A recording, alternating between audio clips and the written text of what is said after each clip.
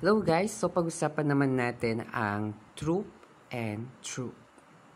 So they are homophones. I mean, they sound the same, but they have different meanings. So don't get confused, magkaiba ang purpose nila sa life. So ganito yan.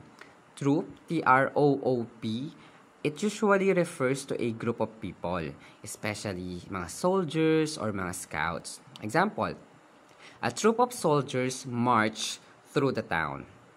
So, yung troop, they are like your barkada sa ROTC or yung mga Boy Scouts na laging ready. No? It's all about discipline, unity, survival, model, ganyan, no?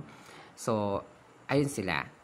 Yung troop naman na TROUPE, they refer to a group of performers like actors, dancers, musicians, ganyan. Example, the dance troupe performed at the festival. So, yung troupe, on the other hand, sila yung mga barkada natin sa teatro. Ganyan, mga dance team. It's all about performance, art, and extraness. Ganyan, no?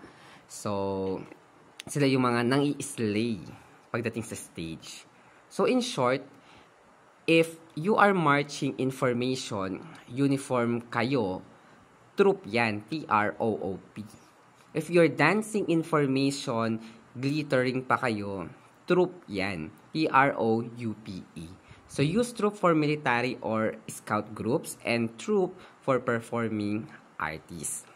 Hugot lang whether you're in a troop fighting life's battle or in a troop expressing your feelings through art. What matters is you're with people who got your back. Choose your squad wisely. Ganon. O siya.